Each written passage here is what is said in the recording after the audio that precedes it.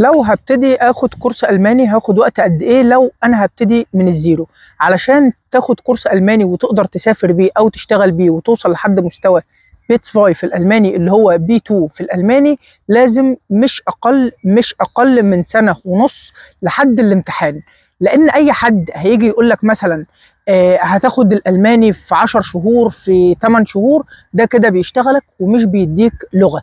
ليه بقى بقول لك كده؟ لان الطبيعي لو انت مش هتاخد مكثف، انا كلامي هنا على الكورس العادي خالص اللي انت بتروح يومين في الاسبوع، ده انت بتاخد الكورس ده الطبيعي خالص ان انت هتاخد من سنه لسنه وثلاث او اربع شهور لحد ما توصل لحد البيتس فاي ولحد البي 2، وبعد كده تحضر الامتحان في شهرين، سواء هتمتحن جوتا او هتمتحن تلك. ولكن طول ما انت بتاخد كورس عادي خالص، ده يبقى ديت المده الطبيعيه بتاعتك. لو هتاخد كورس مكثف 5 ايام في الاسبوع زي اللي الناس بيجوا ياخدوه هنا وزي اللاجئين بياخدوه هنا، تقدر ان انت في 6 شهور تخلص لحد البي اينز، لحد البي 1. بالامتحان كمان بيحضروهم هنا في البنف، هنا مدارس البنف هنا بتدي للاجئين، بتديهم كورس مكثف 6 شهور، ولكن ده بيروح 8 ساعات المدرسه كل يوم 5 ايام في الاسبوع لمده 6 شهور، وبعد كده بياخد البي اينز، وبعد كده بيمتحن البي 1، وبعد كده بيمتحن.